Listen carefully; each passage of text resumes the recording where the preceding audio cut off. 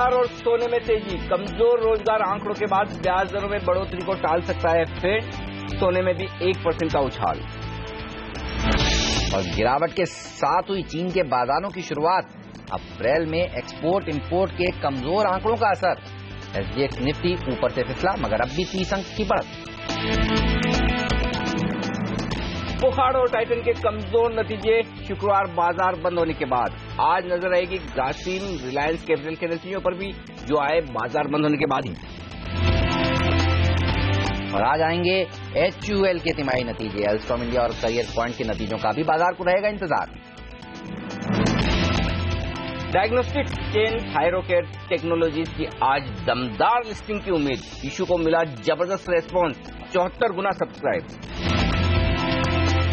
ITC ने शुरू की सिगरेट मैन्युफैक्चरिंग यूनिट। 4 मई को बंद हुई थी फैक्ट्री। तंबाकू उत्पादकों पर पिक्टोरल वार्निंग का मामला अभी भी कर्नाटका हाईकोर्ट में पेंडिंग। और आज अक्षय तृतीया के शुभ दिन पर ज्वेलर्स को सोने और हीरे में जमकर खरीदारी की उम्मीद। गोल्ड ईटीएफ में कारोबार का वक्त शाम 7 बजे तक रहेगा।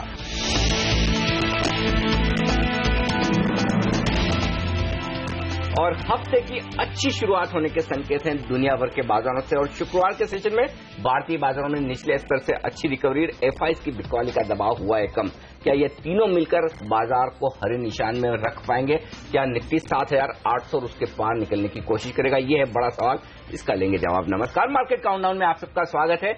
मैं हूं अनिल सिंह। नमस्कार, और मैं हूं हेमंत खई। और हमारे साथ जुड़ेंगे हमारे 2 खास मेहमान, powermywealth.com के संदीप पागले और मार्केट एक्सपर्ट अविनाश गोराश्कर। लेकिन आपको बता दूं, रोजगार के जो डेटा आए शुक्रवार को यूएस में वो कमजोर आए। और इमर्जिंग मार्केट्स के लिए आप देखिए ये अच्छी खबर मानी जाएगी, क्योंकि कमजोर रोजगार का जो डेटा है उससे यही एक्सपेक्टेशंस बढ़ गई हैं कि जल्द ही ब्याज दरें वहां पर नहीं बढ़ने वाली। लेकिन आप देखिए चीन का जो डेटा आया है वो बेहद कमजोरी वाला आया है एक्सपोर्ट इंपोर्ट का। और वहां से डर ये बढ़ रहा है कि शायद कहीं युआन को डिवैल्यू ना कर दिया जाए। और इसीलिए आप देखिए चाइना के बाजारों में अब 2% की गिरावट हो चुकी है। 0.5% खुले थे और उसके बाद लगातार गिर रहे हैं, और यही बाजार का मूड भी खराब कर रहे हैं। 7 बजे के आसपास एसजीएक्स निफ्टी 50 अंक ऊपर था और अब करीब 25-30 अंक ही ऊपर बचा है। ये बताइए, ऐसे में ग्लोबल मार्केट्स क्योंकि अच्छे नहीं है और ग्लोबल मार्केट्स को भारतीय बाजार एप कर रहे हैं, आज की शुरुआत कैसी हो सकती है, क्या करना चाहिए? चीन पर नजर रखनी जरूरी है। और चीन में ये खतरा बना रहेगा, और खासतौर से इस हफ्ते की अगर युआन 6.55 के आसपास पहुंच जाता है, 52 के आसपास तो आ चुका है, तो थोड़ी सी रिस्क बढ़ती हुई नजर आएगी। और उसका असर फिर करेंसी वॉर के तौर पर देखा जाएगा पूरे फिर से दुनिया भर में, जैसा पिछली बार हुआ। बिल्कुल, चीन ने युआन कमजोर किया, बाकी सबने भी कमजोर किया, और सब एक दूसरे के ऊपर डाल रहे हैं। वैसी सिचुएशन हो सकती है, तो ग्लोबल मार्केट्स को देखकर थोड़ा सावधान रहना चाहिए। ये लेकिन आज का आज नहीं होगा, शायद वक्त लगे, 1-2 दिन लगे, हफ्ता भर लगे। ऐसे में आज एक अच्छी बात ये हुई कि चीन के बाजार थोड़े कमजोर हैं। हेमंत, तो कॉल देने में आसानी है, क्योंकि अगर 50 अंक ऊपर एसजीएक्स निफ्टी होता गैप अभी शुरुआत तो फिर बोलना मुश्किल होता है कि इतने गैप के बाद आप खरीद लें। तो अगर आज सुस्त शुरुआत हो, हम बहुत ज्यादा ऊपर ना खुलें, खरीदारी का मौका होगा। और खरीदारी का मौका इस लिहाज से होगा कि आप 7,675 जो कि शुक्रवार का लो है उसके आसपास आप अपना स्टॉप लॉस लगा लें। 7,800, 7,850 ऊपरी स्तरों पर आपके 2 लेवल्स हो सकते हैं जिनके लिए आपको निफ्टी में तेजी का ट्रेड करना चाहिए। वैसा ही ट्रेड बैंक निफ्टी में भी बन सकता है। 16,200 के आसपास स्टॉप लॉस लगा लीजिए, 16,500 पहला लक्ष्य होगा। अब ऑल्टरनेटिवली दोनों ही जगह आप एक काउंटर ट्रेड भी ले सकते हैं। 7,800 के आसपास निफ्टी को बेच भी सकते हैं, तब स्ट्रिक्ट स्टॉप लॉस 7,850 का होगा। और बैंक निफ्टी को भी 16,500 के आसपास बेच सकते हैं, और तब आपका स्ट्रिक्ट स्टॉप लॉस होगा 16,700 का। आज 3 बड़े पॉजिटिव दिख रहे हैं। ग्लोबल मार्केट्स ठीक ठाक हैं, चीन को छोड़ दे तो। दूसरा, एफआईज की बिकवाली का दबाव कम हुआ, डेटा में हम आगे डिस्कस करेंगे। और फुट कॉल रेशियो आपको ये बता रहा है कि बाजार थोड़े ओवरसोल्ड है। तो आज ओपनिंग से ज्यादा अहमियत होगी क्लोजिंग की। और क्लोजिंग की अहमियत किस लिए है वो बता दूं।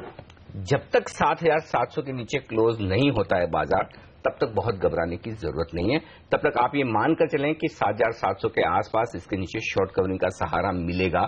तो अभी तक पिछले हफ्ते पूरे हमने कितनी ही बार हम 7,700 के नीचे फिसले, लेकिन बंद नहीं हुए। तो अगर क्लोजिंग आज भी ऊपर मिलती है तो आप सेफ जोन में हैं, बहुत चिंता की बात नहीं। लेकिन 7,700 के नीचे की क्लोजिंग नीचे के लिए रिस्क खोलती हुई नजर आएगी, तब आपको तेजी की पोजीशन में सावधान हो जाना चाहिए।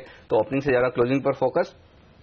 सेक्टर्स के लिहाज से मेरे ख्याल से फार्मा एक कमजोर सेक्टर हो सकता है और कैपिटल गुड्स, सीमेंट्स के जैसे दमदार नतीजे आए और इस स्पेस की सारी कंपनियों ने नतीजे अब तक ठीक दिए, थोड़ी वहां पर तेजी बनने की संभावना दिखती है। चलिए, तो कैपिटल गुड्स में तेजी का ध्यान रखिए, सीमेंट्स के अच्छे नंबर्स और वो खाड़ के कमजोर नंबर्स, तो शायद फार्मा शेयरों पर दबाव देखने को मिल सकता है। लेकिन मई का महीना खराब कमजोर महीना माना जाता है ग्लोबली, और आप देखिए पहला हफ्ता तो ऐसा ही था, 1.5% की गिरावट देखने को मिली है पिछले हफ्ते मई में, और ये हफ्ता कैसा हो सकता है और उससे ज्यादा इंपॉर्टेंट आज का दिन कैसा हो सकता है, संदीप वागले साहब से पूछते हैं ना। गुड मॉर्निंग सर, बताइए कैसे अप्रोच करेंगे निफ्टी को आज आप? Good morning Hemant, good morning Anil ji. I think sideways रहेगा, बट ये लेवल पे मेरा व्यू पॉजिटिव रहेगा। 77 ऑन द डाउन साइड ये काफी स्ट्रांग सपोर्ट है। तो न्यूज अगर निगेटिव है तो इतना ज्यादा निगेटिव इंपैक्ट प्राइसेस पे नहीं आएगा। वैसे ऊपर में 7900 बहुत ज्यादा स्ट्रांग रेजिस्टेंस है, वहां पर पॉजिटिव न्यूज आएगी तो उसका इंपैक्ट नहीं रहेगा। तो मैं ये समझता हूं कि नियरर 7700 बाय करना चाहिए। 7850 का टारगेट हमको देखने को मिलेगा कुछ दिनों में, शायद हम ऊपर में 7900 भी टेस्ट करें अगले कुछ 3 या 4 सेशन में, लेकिन वो क्रॉस करेंगे ऐसा मेरा मानना नहीं है। स्टॉक स्पेसिफिक व्यू होगा, ये सीमित 200 पॉइंट के दायरे में। और अगर आप आज की बात करें तो 30 पॉइंट नीचे 30 पॉइंट ऊपर, उससे मुझे ज्यादा रेंज दिखती नहीं है। बिल्कुल, तो ये राय है खरीदारी करने की गिरावट में, कमजोरी में 7800 और उसके बाद 7902 दो लेवल्स हैं, उन पर आपको नजर रखनी चाहिए। लेकिन अविनाश गोरक्षकर हमारे दूसरे एक्सपर्ट, क्या अविनाश आपकी राय खरीदारी की आज के लिए? नहीं, बिल्कुल। इनफैक्ट जिस प्रकार का डेटा यूएस इकोनॉमी से आया है अनिल जी, आई थिंक ये क्लियरली डिपिक्ट कर रहा है कि जो इंटरेस्ट रेट हाइक का जो फियर था इमर्जिंग मार्केट जैसे इंडिया के लिए, वो शायद अभी थोड़े देर के लिए चल जाएगा। इनफैक्ट लोग ये भी मान रहे हैं कि शायद नवंबर दिसंबर तक रेट हाइक आना मुश्किल लग रहा है। तो ये डेफिनेटली इंडियन मार्केट्स के लिए अच्छा है, क्योंकि लिक्विडिटी कंटिन्यूसली इंडियन मार्केट्स में आएगी। और मोस्ट इंपॉर्टेंटली जैसे आपने कहा कि जो नतीजे कैपिटल गुड्स सेक्टर से आए हैं, मेरे ख्याल से ये काफी पॉजिटिव है, क्योंकि ये सेक्टर लास्ट 2 साल से अंडर परफॉर्म कर रहा था। आई थिंक सीमेंस के नतीजे डेफिनेटली एक आई ओपनर है, और मुझे लग रहा है कि शायद बड़े frontline players like Larsen and Toubro है, यहाँ पे भी सबकी नजरें रहेगी, क्योंकि काफी टाइम तक ऑर्डर बुक विजिबिलिटी तो काफी अच्छी है, लेकिन परफॉर्मेंस थोड़ा सा डिसअपॉइंटिंग था। तो I would say that stock specific performance अगर आज भी ट्रेंड चालू रहता है, अगर हिंदुस्तान लीवर की बात करें, यहाँ पे भी अगर नंबर्स थोड़े बहुत अच्छे आते हैं तो मेरे ख्याल से डेफिनेटली मार्केट्स को एक पॉजिटिव ट्रिगर माना जाएगा। और 7700 जैसे आपने कहा, ये जब तक मार्केट्स में लेवल बरकरार है, मुझे लग रहा है कि definitely buy on decline strategy होनी चाहिए। चलिए, तो बाय ऑन डिक्लाइन स्ट्रेटेजी होनी चाहिए, स्टॉक स्पेसिफिक अप्रोच देखने को मिलेगी। सीमेंस में एक अच्छी रैली पिछले 3-4 दिन से देखने को मिल रही थी, अच्छे नंबर्स आए भी हैं, और टाइटन और वो खाड़ ने डिसअपॉइंट किया है। लेकिन आज का दिन इंपॉर्टेंट रहने वाला है थायरोकेयर के लिहाज से भी। दमदार लिस्टिंग 200-250 रुपए के आसपास की बातें चल रही है मार्केट में कि लिस्टिंग गेन देखने को मिलेगा। इस सब पर बात करेंगे, लेकिन एफआईआई के ऊपर सबसे पहले बात कर लेते हैं। अच्छी बात यह है कि बिकवाली कम से कम थमी है, 27 करोड़ रुपए की सही, लेकिन कैश मार्केट में खरीदारी का फिगर आया है। ये बताइए, एफएनओ का फिगर अभी भी सुधर नहीं रहा है, 1000 करोड़ रुपए से ज्यादा की बिकवाली वहां हो रही है। बिल्कुल, इंडेक्स फ्यूचर्स में थोड़ी सी एफआईआई की बिकवाली का दबाव है। फर्क सिर्फ इतना हुआ हेमंत की स्टॉक फ्यूचर से शिफ्ट करके उन्होंने इंडेक्स फ्यूचर्स में बिकवाली की है। इसका मतलब क्या लगाना चाहिए? देखिए, खरीदारी के आंकड़े बड़े नहीं है, सिर्फ 85 करोड़ उन्होंने खरीदा है स्टॉक फ्यूचर्स, और सिर्फ 28 करोड़ खरीदा है कैश मार्केट में, यानी कि मुश्किल से 100 करोड़ की खरीदारी स्टॉक्स में हुई है। लेकिन जनरली आप मार्केट में पैसा कैसे बनाते हैं? कोई भी एफआईआई तो वो स्टॉक्स में पैसा लगाकर पैसा बनाते हैं। इंडेक्स में जो उनकी ट्रेडिंग है वो तो शॉर्ट टर्म मूवमेंट ऊपर या नीचे के हिसाब से है कि अगर आपको शॉर्ट टर्म में बाजार खराब लग रहा है तो इंडेक्स बेच दे, और उस लिहाज से आप अपने पोर्टफोलियो को हेज करें। तो कैश मार्केट की खरीदारी और वायदा कारोबार में स्टॉक फ्यूचर्स की बिकवाली बंद होना थोड़ा सा पॉजिटिव संकेत है एफआईआई के लिहाज से। हो सकता है उन्हें ये अंदाजा हो कि अमेरिका में जॉब रिपोर्ट्स खराब होंगी और उस लिहाज से ब्याज दरों के बढ़ने का खतरा टलता हुआ दिखेगा, उस लिहाज से उन्होंने स्टॉक्स अपने पोर्टफोलियो में थोड़ा खरीदना शुरू किए, थोड़ा स्टॉक फ्यूचर्स में शॉर्ट कवरिंग की है।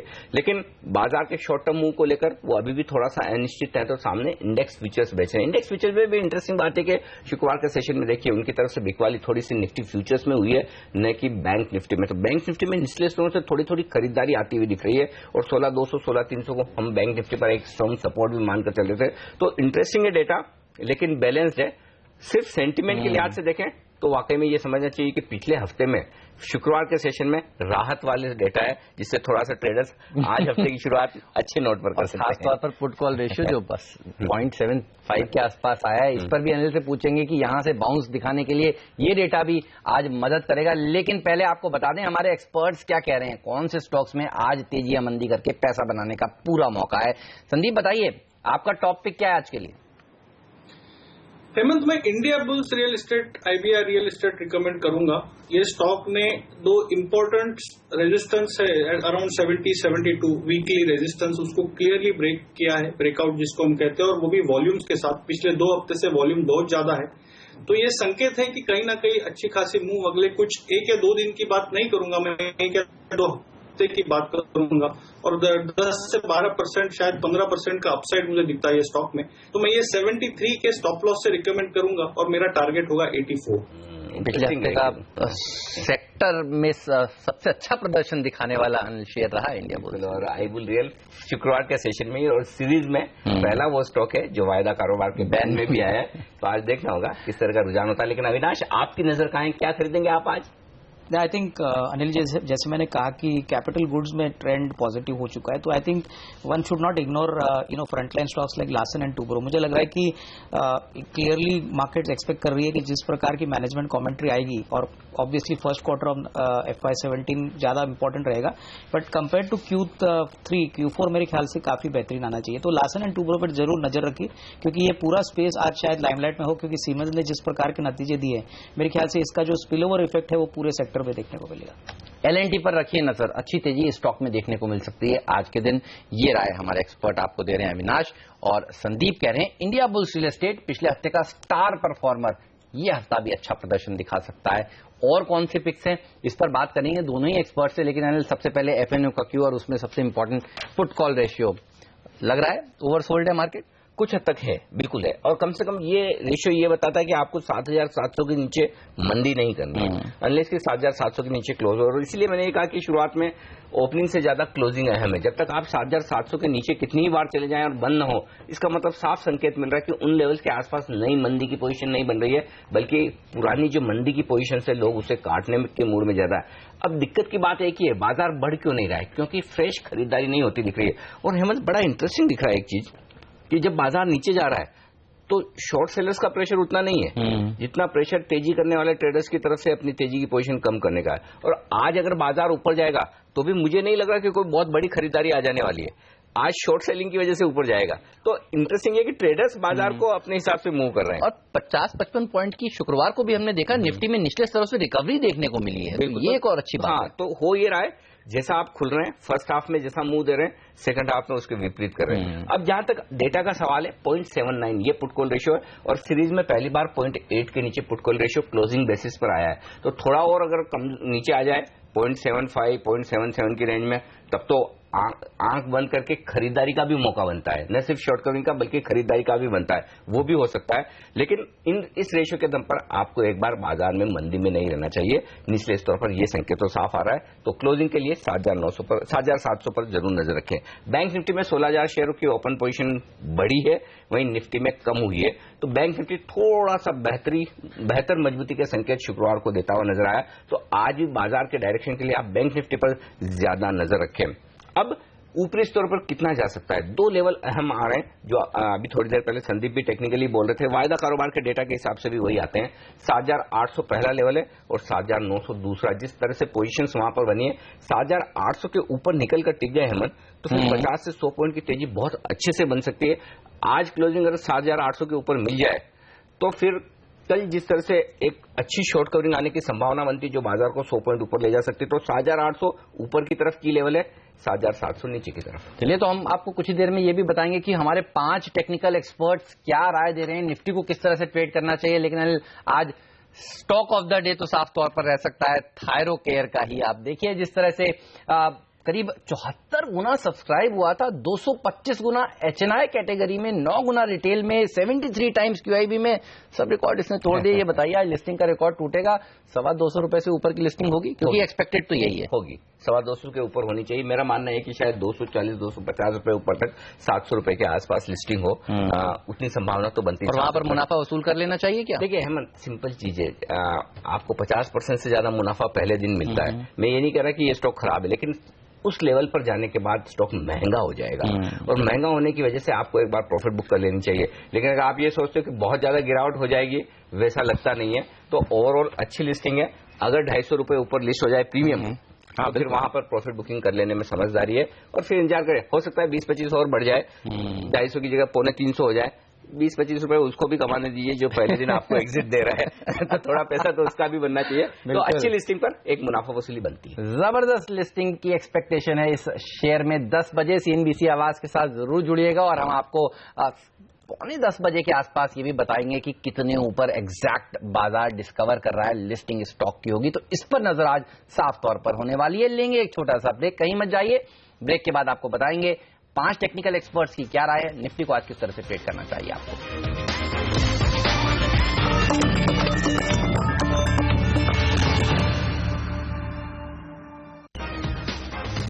मार्केट काउंटडाउन में आप सबका स्वागत है। आइए अब आपको बताते हैं कि हमारे 5 टेक्निकल एक्सपर्ट्स क्या राय दे रहे हैं, निफ्टी को आज आपको किस तरह से ट्रेड करना चाहिए, और ये है उनकी राय। मनोज सचदेव की राय देखिए आपकी स्क्रीन पर। वो कह रहे हैं कि 7830 तक के टारगेट देखने को मिल सकते हैं। 7700 के स्टॉप लॉस के साथ तेजी करनी चाहिए आज।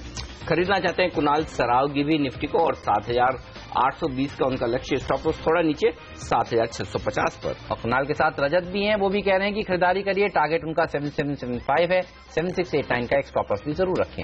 ओके, लेकिन विवेक गुप्ता ये पहले एक्सपर्ट है जो अब शॉर्ट करने आए हैं निफ्टी को। 7831 का उनका स्टॉप लॉस है और उन्हें लगता है 7690 तक निफ्टी नीचे फिसल सकता है।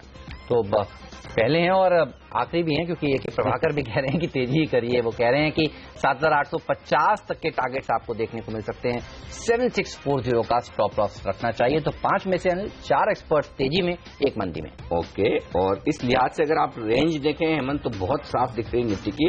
जो सपोर्ट है वो है 7650 और 7700 की रेंज में, और ऊपरी स्तरों पर निफ्टी जो जा सकता है वो है 7825 और 7850। ये रेंज है निफ्टी की जो ऊपरी स्तर पर आप रखें नजर। लेकिन निफ्टी के अलावा नजर रखनी है आपको शेयरों पर, क्योंकि होगा शेयरों में दमदार एक्शन। वीकेंड पर कई सारे रिजल्ट्स ट्रेडर्स के पसंदीदा मिड कैप से, जहां पर बड़े उछाल, बड़ी गिरावट दिखेगी, और साथ ही खबरें भी जबरदस्त हैं। तो कौन से हैं वो स्टॉक्स, क्या है खबरें, क्या होगा एक्शन, आपके लिए बताएंगे इस ब्रेक के बाद।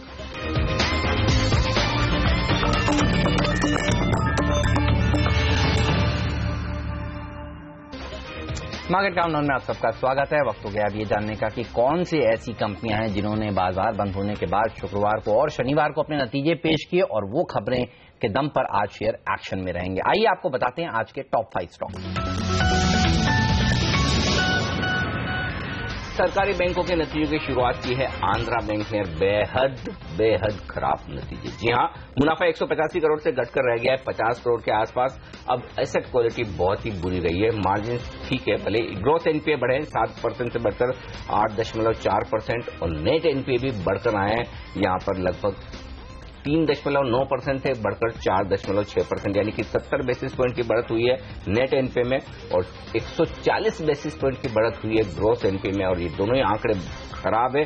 प्रोविजनिंग भी बढ़ी है। तो आंध्रा बैंक ने शुरुआत खराब की है। बिल्कुल, और नजर रखिए ओएनजीसी और जीएसपीसी पर भी। ओएनजीसी के लिए थोड़ी खराब खबर है, जीएसपीसी में थोड़ी तेजी देखने को मिल सकती है। दरअसल जीएसपीसी के केजी ब्लॉक में 50% हिस्सेदारी खरीद सकता है ओएनजीसी। 2 से $2.5 अरब के बीच में ये डील हो सकती है। अखबारों के हवाले से ये खबर आती हुई, और इस तरह की खबरें बाजार में थी, और इससे पहले हमने देखा था जीएसपीसी के स्टॉक में तेजी भी देखने को मिलती है। तो देखना होगा इन खबरों के बाद आज ये शेयर किस तरह से रिएक्ट करते हैं। बहरहाल जीएसपीसी के लिए पॉजिटिव है, ओएनजीसी के लिए नेगेटिव। इक्विटास होल्डिंग लिस्टिंग के बाद पहले नतीजे, शानदार रेस्पॉन्स मिला था आईपीओ को, दमदार लिस्टिंग, और उसके बाद रिजल्ट्स भी उतने ही बेहतरीन। देखिए मुनाफा 33% बढ़कर 47 करोड़ के पास, आय में 50% से ज्यादा की बढ़त, ग्रोस एनपीए एकदम स्टेबल 1.34 पर, कोई बढ़त नहीं, और नेट एनपीए इनफैक्ट इंप्रूव है 3 बेसिस पॉइंट से सही, या यूं कह सकते हैं स्टेबल है। तो एसेट क्वालिटी स्टेबल और मार्जिन बेहतर, मुनाफे में बढ़ोतरी। नंबर्स पसंद आएंगे आज बाजार को। बिल्कुल। तो अनिल, हाल ही की जो आईपीओज हैं देखिए उनके नंबर्स अच्छे हैं, और मेरी नजर है शिमारू के ऊपर, और इसके नंबर्स भी अच्छे आए हैं। करीब 29% मुनाफा बढ़ा है, 18% के आसपास की इनकम में ग्रोथ देखने को मिली है। तो शिमारू के नंबर्स भी अच्छे, यहाँ पर भी नतीजों के दम पर तेजी देखने को मिल सकती है, और ये नतीजे बाजार बंद होने के बाद ही आए थे। एक और अच्छा नतीजा बता दूं आपको, और वो है जेके पेपर का, और जेके पेपर में मुनाफे में 74% की दमदार बढ़त दिख रही है। आय में बढ़त भले ही 10% की हो, लेकिन इबिडा यहाँ पर थोड़ा सा बढ़कर आया, 95 करोड़ से बढ़कर 110 करोड़, और मार्जिन में लगभग आधा % की मजबूती, 16.5% से 16.5% के आसपास के मार्जिन। तो जेके पेपर्स के अच्छे नंबर।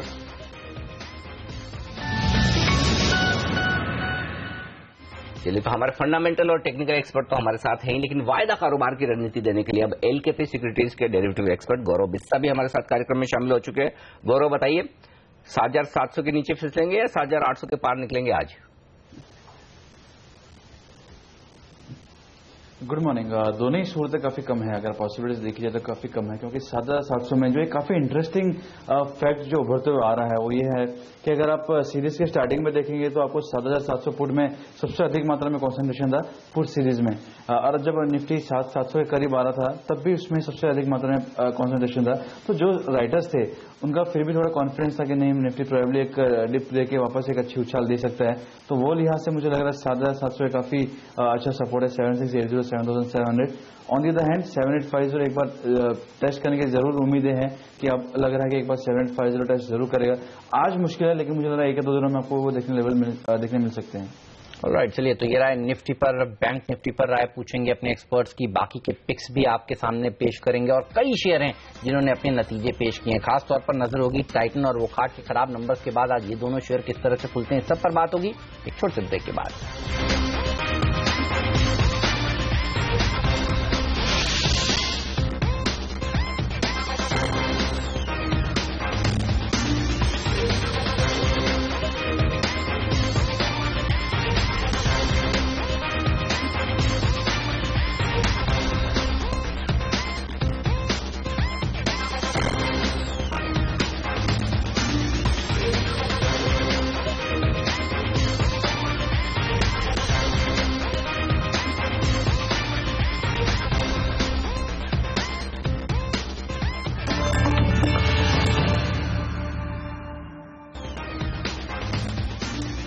और हमारे एक्सपर्ट्स हमारे साथ हैं इस वक्त, गौरव बिस्सा, साथ ही अविनाश गोरक्षकर और संदीप बागले साहब।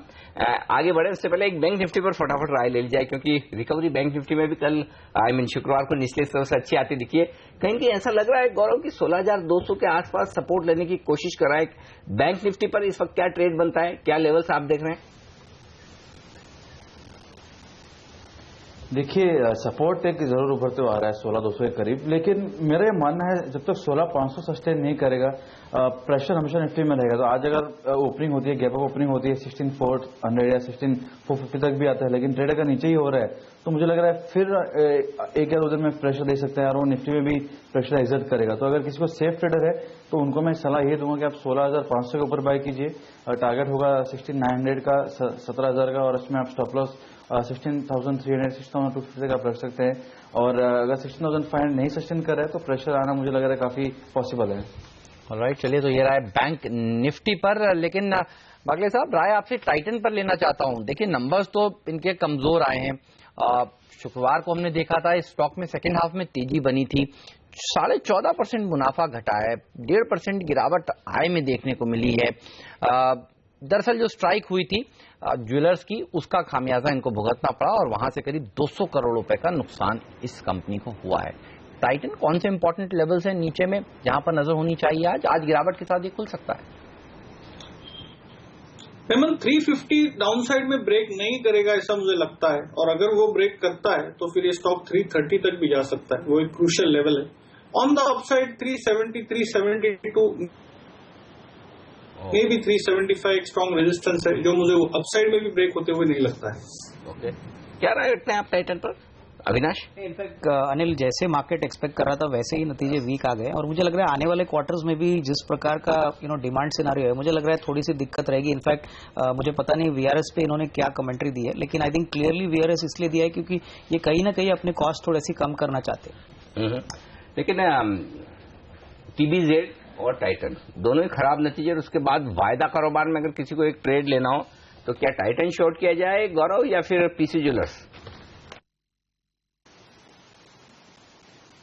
अगर दोनों में कंपैरिजन देखा जाए तो मुझे लग रहा है जो डेटा वीक है वो है पीसी ज्वेलर्स का है। It's a sell and rest candidate. ये काफी बार ऐसा आया है कि हमको भी क्वेरीज आती है कि अभी काफी एक करेक्शन कर चुका है, कंसोलिडेशन चल रहा है, कब आएगा। मुझे लग रहा है कि ये रोज पे थोड़ा रिस्क शायद फेवरेबल ना हो, लेकिन अबाउट 340 अगर आता है तो आपको काफी क्लियर ट्रेड मिल जाता है शॉर्ट के लिए। आज अगर प्रेशर नीचे में आता है तो आप ये रोज पे अगर शॉर्ट करना चाहें तो आप 345 346 का स्टॉप लॉस लगाना पड़ेगा, क्योंकि मैंने आपसे कहा कि थोड़ा स्टॉप लॉस दूर है। नीचे में एक बार 310 के लेवल टेस्ट कर सकता है। टाइटन में मैं कहूंगा कि एक रेंज में स्टक है, 350 है वो एक शॉर्ट टर्म सपोर्ट है, 340, 350, 375 जो है वो एक रेजिस्टेंस के तौर पे आ रहा है। तो मेरे हिसाब से अगर ट्रेंड कहीं पे है तो पीसी ज्वेलर में, टाइटन में फिलहाल कोई ट्रेंड नहीं है। ओके, चलिए, तो पीसी ज्वेलर्स में शॉर्ट पोजीशंस बनाए जा सकते हैं। और इस समय देखिए आपकी स्क्रीन पर एक खबर आती हुई, ओएफएस के जरिए सरकार एमएमटीसी और एसटीसी में हिस्सेदारी बेचना चाहती है। 15% सरकार हिस्सेदारी बेचेगी और इसके लिए मर्चेंट बैंकर्स से बोलियां मंगाई गई हैं। तो मर्चेंट बैंकर्स नियुक्त किया जाएगा। 30 मई तक मर्चेंट बैंकर्स को अपनी बोलियां देनी है। और हाल ही में हमने देखा था एनएचपीसी में सरकार ने हिस्सेदारी बेची थी और काफी तेज गिरावट तो स्टॉक में देखने को मिली थी। एनएचपीसी का शेयर अभी भी, एक बार भाव देख के बताते हैं आपको कहां पर कारोबार कर रहा है। एनएचपीसी में 21 रुपए 75 पैसे के आसपास का फ्लोर प्राइस रखा था सरकार ने, 5% के आसपास की रिटेल को भी दी थी। और देखिए 21 रुपए 75 पैसे के अभी भी नीचे ये शेयर कारोबार करता हुआ आपको नजर आ रहा है। तो इन कंपनियों का भी विनिवेश होगा। ये बताइए एमएमटीसी, एसटीसी आज किस तरह से खुल सकते हैं फिर? नहीं, इनफैक्ट हेमंत ये तो क्लियर है कि ये दोनों ही कंपनीज में ओएफएस की खबर सुनने के बाद ही ट्रेंड नर्वस हो जाएंगे होगा। और एमएमटीसी का मैं एक पॉइंट बताना चाहता हूं कि अगर ओएफएस में इंटरेस्ट आएगा तो वो कहां से आएगा कहना मुश्किल है, क्योंकि लास्ट 2 साल से ऑपरेटिंग इबिटा लॉस पे ये कंपनी ऑपरेट कर रही है। सिर्फ अदर इनकम से इनके प्रॉफिटेबिलिटी आ रही है। तो मुझे लग रहा है कि ये कोई ऐसे अट्रैक्टिव ओएफएस नहीं है जहां पे बड़ा एपेटाइट क्रिएट हो सकता है। तो ये है, इन तमाम सरकारी कंपनियों के अब विनिवेश के प्रोसेस शुरू होते दिख रहे हैं। कैश मार्केट के स्टॉक है तो खरीदने का मौका तो है नहीं, और बिकवाली का तो मौका है नहीं, और खरीदना कोई चाहता नहीं है। तो देखेंगे किन लेवल्स पर ओएफएस आता है, तब देखेंगे कि अगर ओएफएस के पहले स्टॉक गिर जाए, डिस्काउंट मिले रिटेल इन्वेस्टर को, तो तब खरीदना चाहिए या नहीं, ये कॉल हम उस वक्त लेंगे। लेकिन एक कॉल जो मैं अविनाश आपसे लेना चाहता हूँ वो है वोखाड़ पर। क्या हो गया इस कंपनी को? ये इस तरह के नतीजे देंगे तो कैसे चलेगा, समझ में नहीं आ रहा। कि देखिए मुनाफा 25% बढ़ा है, वहां पर भी ये टैक्स राइट बैक्स की वजह से। इबिडा 45% नीचे, मार्जिन 5% एक ही क्वार्टर में गिरते हुए दिख रहे हैं, आय में कमी होती दिख रही है। इतने महंगे वैल्यूएशन पर 32 की पी मल्टीपल पर टिकेगा ये स्टॉक? बिल्कुल नहीं अनिल जी, ये पहले भी स्टॉक वोलेटाइल हो चुका है। और मैनेजमेंट के पॉइंट ऑफ व्यू से जब भी कोई एश्योरेंस या कमेंट्री आती है तो मेरे ख्याल से मार्केट्स थोड़ा सा खुश होता है, बट बाद में वापस शेयर सेलिंग प्रेशर में आता है। और मुझे लग रहा है कि आज शेयर काफी बुरी तरह से पिट सकता है, क्योंकि ऑपरेशनली बहुत ही वीक परफॉर्मेंस है। बॉटम लाइन जो हम 25% बोल रहे हैं वो भी अगर टैक्स राइट बैक नहीं आता था तो वो भी मार्जिनल होता था। तो मुझे लग रहा है कि ये जो मल्टीपल अभी जो चल रहा है जो 30 के ऊपर है, मुझे लग रहा है डेफिनेटली एक्सपेंसिव है। और फार्मा स्पेस में ये शायद सबसे बड़ा अंडर परफॉर्मर हो सकता है। I mean clearly extremely richly valued मैं कह सकता हूँ। आज का एक्सीडेंट है आपके हिसाब से? हर रोज एक आध मिड कैप एक्सीडेंट दिखाते हैं, ये हो सकता है आज? नहीं, बिल्कुल। इनफैक्ट जिस प्रकार का वैल्यूएशन है, यकीन नहीं होता कि ऐसे शेयर को मार्केट इतनी बड़ी पी मल्टीपल, ऐसे आधे मल्टीपल पर आपको सिप्ला लुपिन मिल रहे हैं। बिल्कुल, इतने आधे वैल्यूएशन पर। और लोगों को यहाँ से एक्सपेक्टेशंस भी देखिए काफी कम थी और कमजोर नंबर्स की उम्मीद की जा रही थी। बेहद बड़ी शॉर्ट पोजीशंस बनी हुई है स्टॉक में। एक बार एफएनओ के लिहाज से भी पूछते हैं हमारे एक्सपर्ट से कि वो क्या कह रहे हैं। गौरव, किस तरह की शॉर्ट पोजीशंस यहाँ पर बनी हुई हैं? देखिए मैं कुछ रिपोर्ट्स पढ़ रहा हूँ, रिपोर्ट्स अभी भी अनिल कुछ देखिए बुलिश कॉल्स आ रहे हैं। मैक्वायरी कह रहा है आउट परफॉर्म की रेटिंग रखते हैं, 1350 का लक्ष्य वो दे रहे हैं, इतना ऊपर का लक्ष्य ऐसे कमजोर नंबर्स के बावजूद। ये बताइए पोजीशंस किस तरह से बनी हुई है शेयर में? ये पिछले कुछ दिनों से इसमें शॉर्ट से बन रहे हैं, ऑप्शन भी काफी एक्टिव हो चुके हैं, पुट ऑप्शन भी काफी एक्टिव हो चुके हैं। क्योंकि आपने सही कहा कि काफी एक वोलेटाइल स्टॉक वगैरह है। हमने अपने क्लाइंट्स को 900 के पुट ऑप्शन खरीदने की सलाह वगैरह दी थी रिजल्ट्स के एक दिन पहले। तो पॉसिबिलिटी है जो शॉर्ट जो बने हैं वो एक बार ट्रांसलेट करेगा। जो रेंज में था स्टॉक 925 से 970-80 के रेंज में था, अगर इसके नीचे अगर आता है तो एक बार ये रीटेस्ट कर सकता है वापस, एक बार 850 820 भी एक बार स्टॉक जा सकता है। मैं ये नहीं कह रहा हूँ कि आज के आज ही जाएगा, लेकिन जो पोजिशंस बनी है वो और अग्रेसिव हो सकती है 900 के नीचे। तो ये अगर स्टॉक थोड़ा भी अगर स्टेबिलिटी आपको जहां पे भी देखिए, एक बार आप पुट ऑप्शन जरूर ले सकते हैं। फ्यूचर शायद थोड़ा वोलेटाइल हो, इतना रिस्की ट्रेड हो, लेकिन ऑप्शन आप जरूर कर सकते हैं। अगर ये 2 या 3% नीचे खुलता है तो आप पुट ऑप्शन जरूर ले सकते हैं। ये इंटरेस्टिंग होगा क्योंकि शॉर्ट्स चूंकि बहुत बनी है शुक्रवार को, तो शुरुआती घंटे में तो शॉर्ट्स कटेगी, शुरुआती कारोबार में रादर। उसके बाद देखना होगा कि फंड्स क्या एक्शन लेते हैं और खरीदारी करते हैं निश्चित तौर पर, या फिर पोर्टफोलियो से इस शेयर को वैल्यूएशन के बेसिस पर बाहर निकालते। तो आज हेमंत 3 कैंडिडेट है एक्सीडेंट के। पहला वोखाड़, टाइटन, आंध्रा बैंक और तीसरा टाइटन। बिल्कुल। एपटेक के नंबर्स भी कमजोर थे, स्पार्क के नंबर्स भी ढीले ही थे, काफी सारी मिड कैप फायदा कारोबार के 3 स्टॉक्स में से देखते हैं आज किसका नंबर लगता है नीचे की तरफ। बिल्कुल। और सीमेंस पर भी बात करते हैं, जहां अच्छे नंबर्स पेश किए हैं कंपनी ने, बेहतरीन तेजी इस स्टॉक में हमने देखा है, नंबर्स के दम पर बन रही थी। यहां पर किस तरह की पोजीशंस बनी हुई है गौरव, क्योंकि एक्सपेक्टेशंस हम ही बता रहे थे सीएनबीसी आवाज पर कि अच्छे नंबर्स कंपनी पेश करेगी, यहां पर क्या करना चाहिए? यहाँ पर पोजीशंस तो अच्छी है लेकिन बहुत अग्रेसिवली लॉन्ग्स नहीं हुए हैं। जैसे आपसे कहा कि वोकार्ड में काफी एक क्लियर कट शॉर्ट्स बन रहे देखे जा रहे थे, वैसे अग्रेसिव लॉन्ग्स नहीं बने, पोजीशंस पॉजिटिव हैं।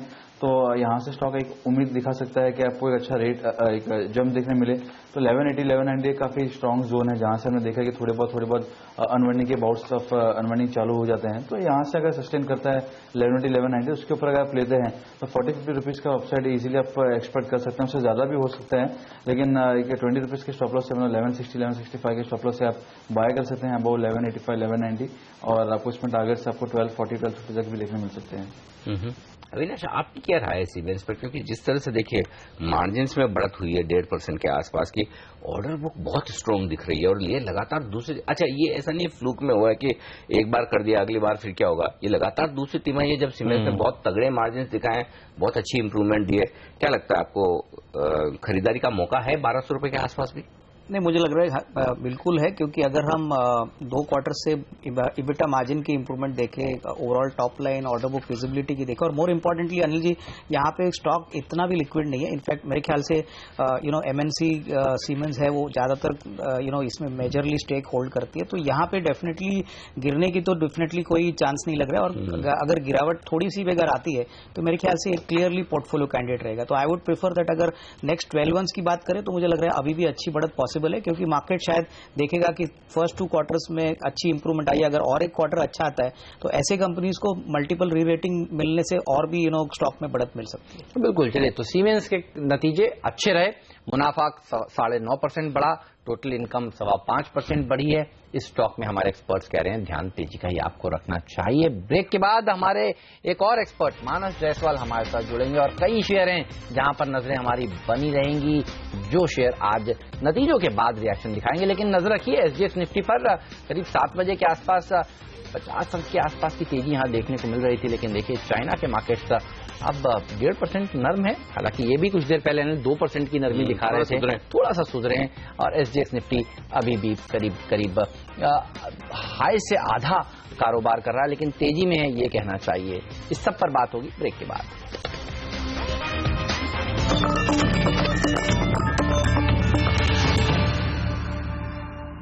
स्वागत है आप सभी का सीएनबीसी आवाज पर। आप देख रहे हैं मार्केट काउंटडाउन, हमारे साथ संदीप वागले, अविनाश गुरश्कर, गौरव बिस्सा बने हुए हैं और मानस जायसवाल भी हमारे साथ जुड़ चुके हैं। मानस, बाजार पर आपसे भी एक राय लेना चाहता हूं, ये बताइए निफ्टी को आज आप किस तरह से ट्रेड करना चाहते हैं? देखिए, करीब 7-8 दिनों का करेक्शन हो गया है। इम्पॉर्टेंट ये है कि जो एक सपोर्ट था 50 डे मूविंग एवरेज और 100 डे मूविंग एवरेज की रेंज में, आई थिंक 7765 7775 की रेंज में, उसके आसपास ही आके निफ्टी ने सपोर्ट लिया और वहां से थोड़ी सी रिकवरी हमने लास्ट सेशन में देखी है। ये जरूर है कि इस बॉटम फॉर्मेशन का कंफर्मेशन तभी आएगा जब निफ्टी 7780 के लेवल्स ब्रेक कर लेगा, उसके ऊपर सस्टेन करने लगेगा।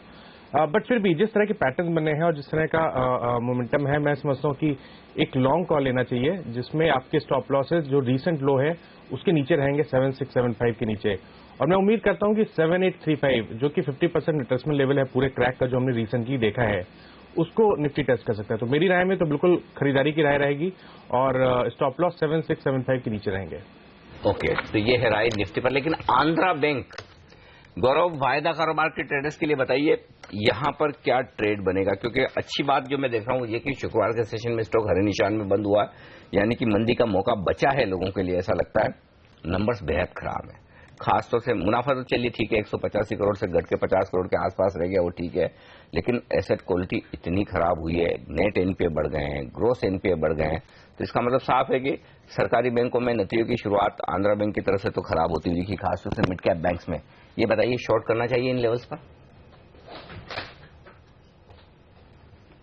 जी, डेटा के हिसाब से लग तो रहा है कि आप यहाँ पे शॉर्ट कर सकते हैं 49.50, 49.5, 50 रुपीज़ के अगर नीचे का ट्रेड करता है तो आप एक छोटा स्टॉप लॉस रखिए, 51 रुपीज़ के आसपास का स्टॉप लॉस रखिए। आपको नीचे में जो इमीडिएट लेवल्स है वो आपको 45 हाफ तक आपको देखने मिल सकते हैं। जो अगर उसके नीचे अगर ट्रेड करता है तो एक बार वापस आपको 43 के नीचे एक बार स्टॉक देखने मिल सकता है। तो अग्रेसिवली शॉर्ट्स नहीं बने, थोड़ी बहुत स्टेबिलिटी देख रही थी 2 या 3 दिनों में, शॉर्ट एग्जॉशन था, लेकिन अगर नतीजे खराब है और अगर 49.5 के नीचे ट्रेड कर रहा है, 50 के नीचे ट्रेड कर रहा है, तो मुझे लग रहा है कि और आपको इसमें ट्रेडिंग शॉर्ट्स बनते हुए देखने मिल सकते हैं, तो आपको एक अच्छा मौका मिल सकता है मंदी करने का।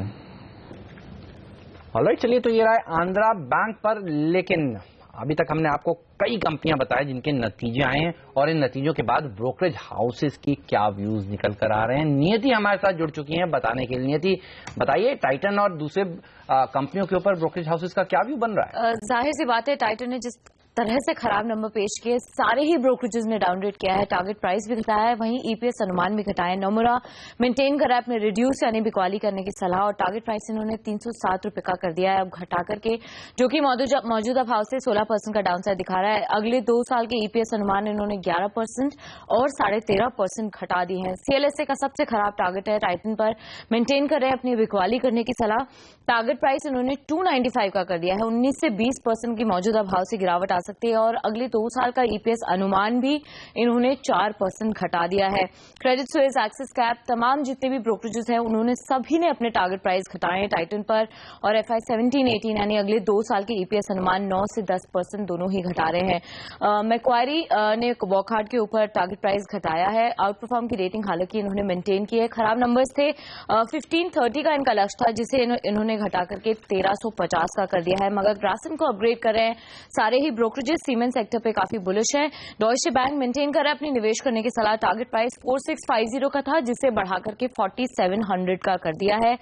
वीएसएफ का जो सेगमेंट था उससे काफी अच्छा पिकअप देखने को मिला है। वॉल्यूम ग्रोथ अच्छी हुई है, इससे ये काफी ज्यादा खुश है। सिटी भी मेंटेन कर रहा है अपनी निवेश करने की सलाह। टारगेट प्राइस इन्होंने 5450 का कर दिया है। मौजूदा भाव से देखिए आप 33% की तेजी ये शेयर दिखा सकता है। मगर सीमेंस अच्छे नतीजे पेश किए थे। डॉयचे बैंक होल्ड करने की आपको सलाह दे रहा है। 1090 का इनका लक्ष्य था। इनके हिसाब से अगले 12 से 24 महीने अच्छे होंगे, मगर क्योंकि वैल्यूएशंस देखे जाएं तो उसके हिसाब से जितने भी अपसाइड्स हैं वो अभी तक प्राइस्ड इन है, इसलिए फिलहाल ये होल्ड करने की सलाह दे रहे हैं।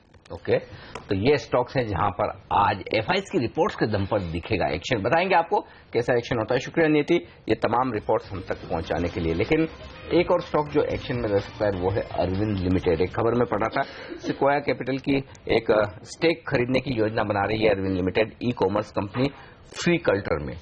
तो कितना फायदा हो सकता है, क्योंकि स्टॉक में देख रहा था शुक्रवार के सेशन में थोड़ा हरे निशान में बंद होने में कामयाब रहा था। इसी पर एक बार राय ले ली जाए। मानस चार्ट्स क्या कह रहे हैं, क्या खरीदेंगे आप अरविंद लिमिटेड को?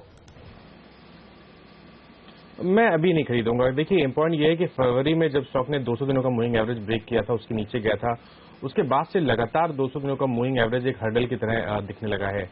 मैं समझता हूं कि जब तक स्टॉक 290, 295 के लेवल्स ब्रेक न करे, यहां पर लॉन्ग पोजीशंस नहीं बनानी चाहिए, क्योंकि अगर लोअर लेवल पे जो सपोर्ट बना हुआ है 260, वो अगर ब्रेक होता है तो शायद वहां से 30 से 40 रुपए की गिरावट देखने को मिल सकती है। कॉशियस रहना चाहिए स्टॉक पे, और कोई भी लॉन्ग 295 से पहले नहीं बनाने चाहिए।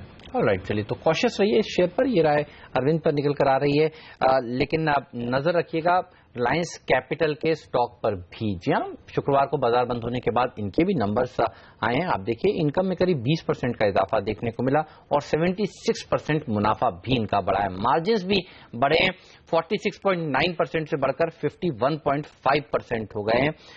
बागले साहब, रिलायंस कैपिटल का चार्ट कैसा लगता है आपको? नंबर्स तो अच्छे दिख रहे हैं।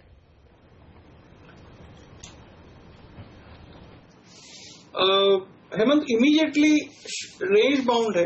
मुझे लगता है डाउन साइड में 380 एक स्ट्रॉन्ग सपोर्ट होगा जो शायद नहीं ब्रेक होगा। 383, 384 का बंद है, 380, 378 ये स्ट्रॉन्ग सपोर्ट है। लेकिन मुझे इतनी स्ट्रेंथ भी नहीं लग रही कि 390 क्रॉस करके ऊपर चला जाए। तो एक 10-12 रुपए के रेंज में सीमित दायरे में मूवमेंट होगी अगले कुछ सेशन में।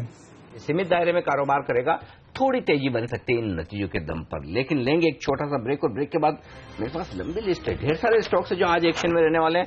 कुछ खबरें हैं, कुछ नतीजे हैं, स्टॉक्स, खबरें और साथ ही एक्शन बताएंगे इस छोटे से ब्रेक के बाद।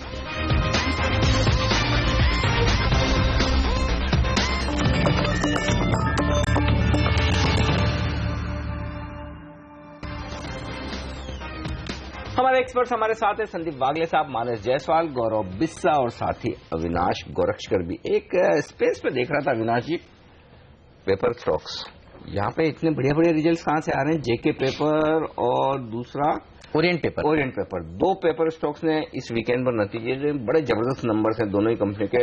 मार्जिन सुधर रहे हैं, सेल्स बढ़ रही है, मुनाफा बढ़ रहा है, कुछ रिवाइवल दिख रहा है। खरीदना चाहिए इन शेयरों में, और ये खरीदे तो फिर क्या खरीदें, क्योंकि स्टॉक तो गिनती के 4-5 है और वो भी छोटे छोटे हैं। बिल्कुल नहीं, आई थिंक एक बात तो है कि इनपुट प्राइसेस इनके लिए थोड़े से इंप्रूव हो चुके हैं एक प्रीवियस 2 क्वार्टर से, और यही एक रीजन है कि डिमांड अभी भी सिंगल डिजिट में है, लेकिन मार्जिन अच्छी तरह से इंप्रूव हो चुके हैं। ये क्लियरली जेके पेपर के रिजल्ट्स में रिफ्लेक्ट है कि टॉप लाइन मॉडरेटली ग्रो हुई है, लेकिन अगर हम मार्जिन देखें और प्रॉफिटेबिलिटी इबिटा लेवल पे देखें तो डबल डिजिट ग्रोथ हो चुकी है। तो मुझे लग रहा है कि डेफिनेटली ट्रेंड अच्छा है, और क्लियरली ये ज्यादातर इकोनॉमी ड्रिवन स्टॉक्स होते हैं। जब भी मैक्रो इकोनॉमी के आंकड़े जीडीपी आईआईपी इंप्रूव होते हैं तो इसमें सुधार आता है। तो मेरे ख्याल से एटलीस्ट डोमेस्टिक डिमांड में डेफिनेटली अच्छा संकेत मिल रहा है कि 2 क्वार्टर से अच्छे रिजल्ट आए। मेरे ख्याल से जेके पेपर अभी भी risk reward ratio, Anil ji, भले ही कंपनी छोटी है, लेकिन अगर from a retail point of view अगर देखें तो इस कंपनी में डेफिनेटली रिस्क रिवॉर्ड रेशियो काफी अच्छा बनता है। ऑलराइट, चलिए तो जेके पेपर पर नजर रखिए, बाकी पेपर शेयरों पर भी नजर रखिए। आज पेपर सेक्टर अच्छा फोकस में रह सकता है अच्छे नंबर्स के दम पर, लेकिन मैंगलोर केमिकल्स भी फोकस में रहेगा। यहाँ पर बोर्ड ने अर्नस्ट एंड यंग को चुना है और फॉरेंसिक ऑडिट होगा। विजय माल्या का हैंगओवर दरअसल इस शेयर पर भी बना हुआ है, और जिस तरह से यूबी ग्रुप कंपनियों को जो पैसा ट्रांसफर किया गया था, जो इन्वेस्टमेंट किए गए थे, उसका ऑडिट होने वाला है। ये बताइए, जुआरी एग्रो पर भी नजर रखिएगा इसी लिहाज से, क्योंकि जुआरी एग्रो भी यहाँ पर हिस्सेदारी ओन करती है मैंगलोर केमिकल्स में, करीब 53% हिस्सेदारी। तो मैंगलोर केमिकल्स, जुआरी एग्रो, ये दोनों ही शेयरों पर आपकी आज नजर होनी चाहिए। कैसे देख रहे हैं आप इस मामले को? नहीं, मुझे लग रहा है कि थोड़ी बहुत तो अनसर्टेनिटी जरूर होगी, क्योंकि जब भी विजय माल्या का नाम आता है तो ऑब्वियसली मार्केट से इस बात की चिंता करती है कि कहीं ना कहीं कोई और स्केलेटन्स कबर्ड से ना निकले। और मेरे ख्याल से ये दोनों ही कंपनीज बिजनेस मॉडल वाइज काफी अच्छी है, लेकिन इनका क्या इक्विटी इन्वॉल्वमेंट है, फंडिंग पे इतना इनका क्या रोल था, तो मेरे ख्याल से शायद थोड़ा सा एक अनसर्टेन ट्रेंड इन दोनों ही शेयर्स में आपको देखने को मिलेगा। मेरे ख्याल से हालांकि कोई बड़ी डेवलपमेंट आएगी ऐसा लग नहीं रहा है, बट जब भी कोई फॉरेंसिक इंक्वायरी होती है तो मेरे ख्याल से मार्केट्स डेफिनेटली इसको थोड़ा सा कॉशियसली अप्रोच करें। मैंगलोर केमिकल्स के नतीजे भी अच्छे नहीं आए थे कुछ दिनों पहले, हमने देखा था खराब नंबर्स के बाद स्टॉक में भी दबाव देखने को मिला था। बिल्कुल, तो ये है नंबर्स के दम पर। एक और स्टॉक इंडो काउंट, वायदा कारोबार का स्टॉक है, लेकिन इसके नंबर्स ठीक दिख रहे हैं कुल मिलाकर सारी परफॉर्मेंस। और स्टॉक एक्चुअली पिछले हफ्ते शायद एक दिन कुछ बड़ी तेज गिरावट दिखाता, बहुत बड़ी गिरावट थी, 10% गिरावट, जिस दिन जस्ट डायल गिरा था, ये सब एक साथ गिरे थे। हाँ, राइट। तो स्टॉक्स में पिछले हफ्ते एक्शन तो काफी हुआ। चार्ट पर संदीप जी बताएं, इंडो काउंट नंबर्स तो ठीक है, अगर कुछ खरीदारी हो, शॉर्ट कवरिंग हो, खरीदना चाहिए या शॉर्ट करना चाहिए? देखिए पिछले एक हफ्ते में 6.25% का नुकसान दिखा रहा है चार्ट पर। ये जो पैटर्न बना है 3 दिन पहले जो आप अभी रेफर कर रहे थे, जिसमें सेलिंग आई है, उसका पैटर्न तो स्पॉइल हुआ है। तो मैं ये ऊपर में बेचना ही चाहूंगा। अभी 982 है, नियर 1000 अगर बेचे, मुझे लगता है ये स्टॉक 900 के नीचे, सब 900 या एटलीस्ट 900 टेस्ट करेगा।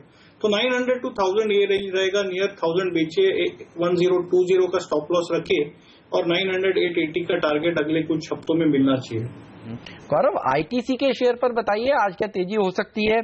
सिगरेट की जो फैक्ट्री इन्होंने 4 तारीख को बंद की थी सुप्रीम कोर्ट के ऑर्डर के बाद, अब वो वापस से खुल गई है।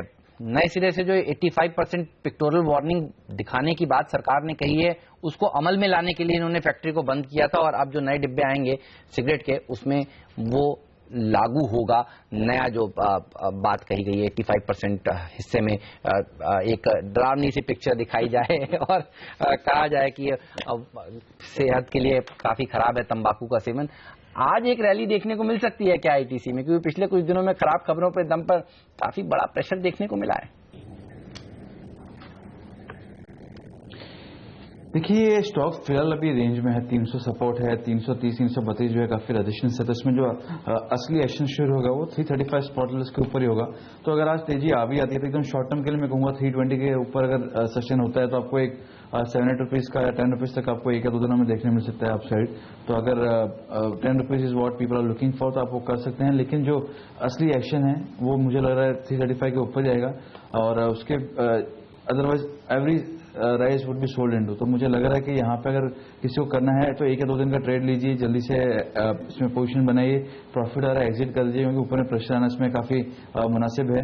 और 335 के ऊपर आता है तब मैं इसमें कहूंगा कि आप इसमें लॉन्ग पोजीशन बना सकते हैं, एग्रेसिवली बना सकते हैं।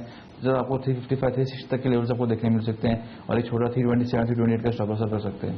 ओके, तो ये है राय आईटीसी के स्टॉक पर।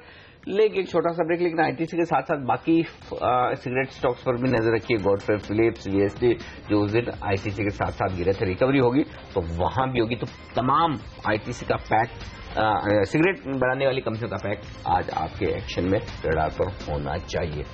वक्त एक ब्रेक, और ब्रेक के बाद शुरू होगा बाजार का भरपूर एक्शन, क्योंकि हम लेकर आएंगे आपके लिए पहला सौदा इस ब्रेक के बाद, जहां होगा आपके लिए पूरी तरह से प्री ओपनिंग सेशन, रुपए की शुरुआत और साथ ही स्टॉक 2020 का अपडेट। देखिए हमारे साथ इस ब्रेक के बाद।